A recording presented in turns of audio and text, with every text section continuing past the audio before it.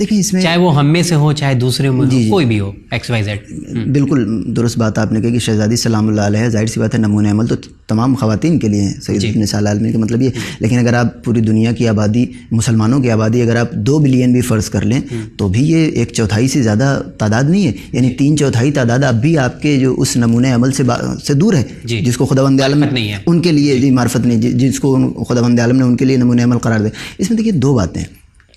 پہلی بات تو خود انہیں کوشش کرنی پڑے گی، سمجھ رہے ہیں. یعنی ایک انسان اگر کسی اور کو نمونۂ عمل بنا رہا ہے، اور ظاہر سی بات ہر انسان کا کوئی نمونۂ عمل یا آئیڈل ہوتا ہے، اب جب تک اسے یہ احساس نہ ہو کہ وہ کسی حقیقی نمونۂ عمل کی طرف اسے جانا چاہیے، تب تک تو آپ اسے لا نہیں سکتے. لیکن ہمارے سوچنے کی پہلی بات تو یہ کہ وہ خود بھی اس بات کو محسوس کریں. آپ دیکھیں بہت سارے آپ کو انگریز ملیں گے جو ہندوستان کے جنگلوں میں تپسیا کر رہے ہیں.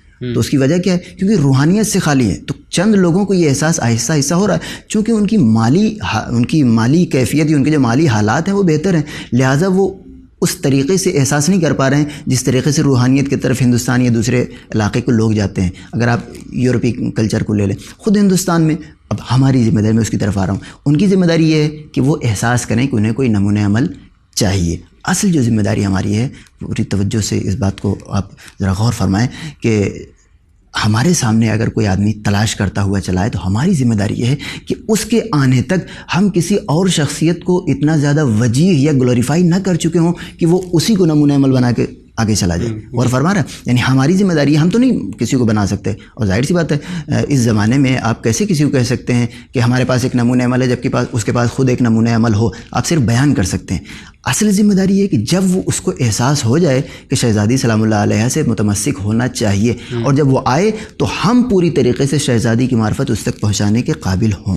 یہ اصل مسئلہ ہے. یعنی ہمارے اندر بھی وہ کوالٹی ہونا چاہیے جس کے ذریعے ہم پہنچا سکیں. جی جی جی یعنی مطلب وہ معرفت ہمیں بھی ہونا چاہیے. جی جی وہ معرفت اور وہ کردار آپ کے پاس ہونا چاہیے. بس اب ایک بہت ہی اچھا سوال ہے، اور میں یہ سوال آج کے دور سے ناظرین جوڑنا چاہوں گا کہ جس کے والد محترم جو ہے رحمت للعالمین ہے، نبی اکرم حضرت محمد مصطفیٰ صلی اللہ علیہ وآلہ وسلم، اور جس کا شوہر مشکل کشا اور شیر خدا، اور جس کے فرزند جو ہیں جنت کے سردار ہوں، ایسی ہستی نے کیا کبھی اپنی زندگی میں یعنی شہزادی سلام اللہ علیہ نے فخر محسوس کیا ہے کہ ہم کون سی ہستی ہیں، خاتون جنت ہیں؟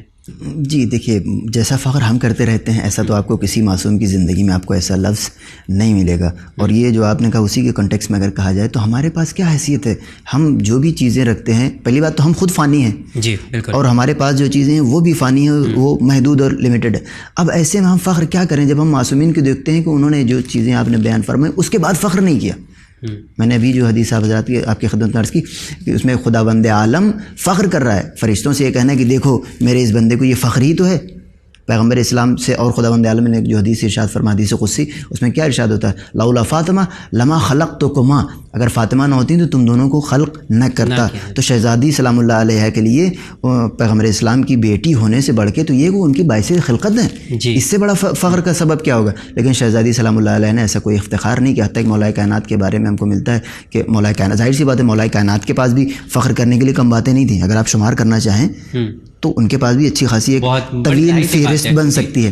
اس کے باوجود مولا کائنات کیا ارشاد فرماتے ہیں؟ کفانی عزن ان تکون لی ربن و کفانی فخرن ان اکون لک عبدن. اے میرے معبود، میری عزت کے لیے یہ کافی ہے کہ تو میرا رب ہے، اور میرے فخر کے لیے یہ کافی ہے کہ میں تیرا بندہ ہوں. جی آپ یہ حدیث دیکھیں اور اس کے بعد اپنے آپ کو اس مقام پر پہنچائیں کہ ہم معمولی سی تھوڑی سی وقتی خوشی ہم کو ملتی ہے، کوئی اور چینجنگ آ جاتی ہے ہماری زندگی میں تو ہم اس کے اوپر فخر کرنے لگتے ہیں، جبکہ ان کے پاس تو اگر آپ کہنا چاہیں پرماننٹ ایک حیثیت تھی خداوند عالم کی طرف سے دی ہوئی، آخرت میں بھی اور دنیا میں بھی. لیکن اس کے باوجود بھی انہوں نے فخر کیا تو صرف اپنے خداوند عالم کے بندے ہونے کے اوپر فخر. بندے ہونے میں، جو کہ خود بھی خاتون جنت ہے. خاتون جنت ہے. اس کے باوجود بھی کبھی اس طرح کا کوئی فخر جو ہے سامنے نہیں آیا. کبھی بھی کسی بھی شخصیت کے اوپر، خصوصاً آپ اگر آپ غور فرمائیے فخر ہم کیوں کرتے ہیں؟ جی کبھی ہم اپنے گھر میں بیٹھ کے فخر نہیں کرتے، کسی دوسرے ہی کے سامنے تو کرتے ہیں. جی جی بالکل. ظاہر سی بات ہے کسی کو ہم کسی تیسرے کے سامنے ہم کو اپنے آپ کو بڑا دکھانا ہوتا ہے تب. تو اب شہزادی سلام اللہ علیہ یا معصومین اپنے آپ کو کیا بڑا دکھائیں جن کو خداوند عالم نے لوگوں کی نظروں میں، حتیٰ کہ فرشتوں کی نظروں میں اپنا نمائندہ بنا رکھا ہے. اب وہ لوگوں کی نظروں میں بڑے ہو کر کیا کریں گے؟ ہم دوسرے کی نظر میں بڑے ہونے کی کوشش کرتے ہیں کیونکہ ہم کو لگتا ہے کہ ہم نہیں ہیں وہ. آپ غور فرما رہے ہیں؟ ایک انسان اگر چاہے اپنی شکل کے اوپر یا اپنی حیثیت کے اوپر یا اپنے گھر کے اوپر پیسے خرچ کرتا ہے تو کس لیے؟ کیونکہ اس کو لگتا ہے کہ ابھی فی الحال وہ بات نہیں ہے جو پیسے خرچ کرنے کے بعد آنے والی ہے. جی غور فرمانا. لہٰذا شہزادی سلام اللہ علیہ یا معصومین کے لیے کوئی ایسی چیز نہیں تھی کہ وہ فخر کریں تو اس کے بعد وہ ثابت ہو جائے گا. لہٰذا ایسا کوئی جملہ تو ہمیں معصومین کی تاریخ میں نہیں ملتا. چلیے بہت بہت شکریہ. آج جیسے کہ ولادت ہے شہزادی سلام اللہ علیہ کی، اس موقع پر آپ ہمارے ناظرین سے کیا کہنا چاہیں گے؟ کیونکہ ایک بہت خوبصورت جو ہے چلن شروع ہوا ہے، وہ یہ ہے کہ اس موقع پر لوگ جاتے ہیں، اپنی ماں سے ملاقات کرتے ہیں، انہیں کچھ ہدیہ پیش کرتے ہیں، ان کی خدمت کرتے ہیں. تو یہ دن ایک دم ہماری ماؤں کے لیے بہت بہترین دن ہوتا ہے، بہت خوبصورت دن ہوتا ہے. ایسے موقع پر آپ کیا کہنا چاہیں گے خاص کر ہمارے ناظرین سے؟ جی بہت اچھی بات ہے. یہاں پر بھی ہم نے دیکھا کہ ہندوستان میں بھی چلا، البتہ ایران اور عراق میں تو بالکل عام بات ہے. وہ جو جنرل مدرس ڈے ہوتا ہے اس کی تاریخ بھی نہیں جانتے، کیونکہ وہ اس دن کو بھی جماعت ثانیہ کو اتنا زیادہ وہ خوشی اور مسرت کا دن مانتے ہیں اور ایک دوسرے کو تحفے تحائف دیتے ہیں. اور ہمارے یہاں بھی کوشش کرنی چاہیے کہ اس کو رائج کیا جائے، بجائے اس کے کہ کوئی ایسا مدرس ڈے کہ جس کو کوئی نہ تسلیم کر رہا ہو، ساتھ ساتھ ہم بھی تسلیم نہ کر رہے ہوں، بس صرف تقلید کر رہے ہوں. تو یہ ایک ایسا دن ہے کہ جس کو اگر دنیا نہیں بھی مانتی تو کم سے کم ہم تو تسلیم کرتے ہیں. لہٰذا ہمیں اس دن اپنی ماؤں کی خدمت میں خصوصاً اچھے برتاؤ کے ساتھ اور خصوصاً ہدیہ پیش کرنا چاہیے. حدیث میں ملتا ہے کہ الہدیۃ تذہب الضغائن عن القلوب، ہدیہ دلوں سے میل کو دور کر دیتا ہے. خصوصاً رشتوں میں یہ جو کھٹاس آ جاتی ہے یا جو کچھ بعض رشتے ایسے ہوتے ہیں ماں بیٹے اور بیٹیوں میں بھی جو ہے دوریاں پیدا ہو چکی ہیں، تو شاید آج کا دن بہترین دن، آج کا دن بہترین دن ہے. خصوصاً ماں بیٹے میں یا اور بیٹی اور ماں میں یہ جو کوئی بھی رشتے، خصوصاً یہ رشتے جو چھوٹ نہیں سکتے، اس میں صرف ہلکی سی میل آ جاتی ہے، اس میں ہلکا سا بال آ جاتا ہے شیشے پہ، تو اس کو دور کرنے کے لیے ہلکا سا دباؤ پڑ جاتا ہے. اس کو دور کرنے کے لیے یہ دن ایک بہترین ہے کہ اپنی ماں کی خدمت میں جائیں اور کم از کم ایک ہدیہ پیش کریں اپنی ماں کی خدمت. چلیے قبلہ آپ ہمارے پروگرام میں آئے، آپ کا بہت بہت شکریہ. بہت اچھا لگا، آپ نے کئی باتیں شہزادی سلام اللہ علیہ کے سلسلے سے ہمارے ناظرین تک پہنچائی. بہت بہت شکریہ آپ کا. خدا حافظ. تو جی ہاں ناظرین، آپ تمام ناظرین کو جاتے جاتے صرف یہی کہنا چاہوں گا کہ آج کا جو دن ہے، آج کا جو موقع ہے، اسے ہم سب کو گنوانا نہیں چاہیے. بہت ہی خوبصورت دن ہے اور بہت ہی خوشی کا دن ہے. اسے ہمیں اپنے گھر میں منانا چاہیے اور خاص کر اپنی ماؤں کے ساتھ جو ہے اس لمحے کو گزارنا چاہیے. امید کرتا ہوں کہ آج کا پروگرام آپ تمام ناظرین کو پسند آیا ہوگا، اسی امید کے ساتھ کہ آپ جائیں گے، اپنی ماں سے ملاقات کریں گے، ان کی خدمت کریں گے. ایک سنہرا موقع، ایک یادگار موقع اسے بنائیں گے. دیجیے اجازت، ہمیں ہماری ٹیم کے ساتھ دیکھتے رہیے چینل ون. بہت بہت شکریہ.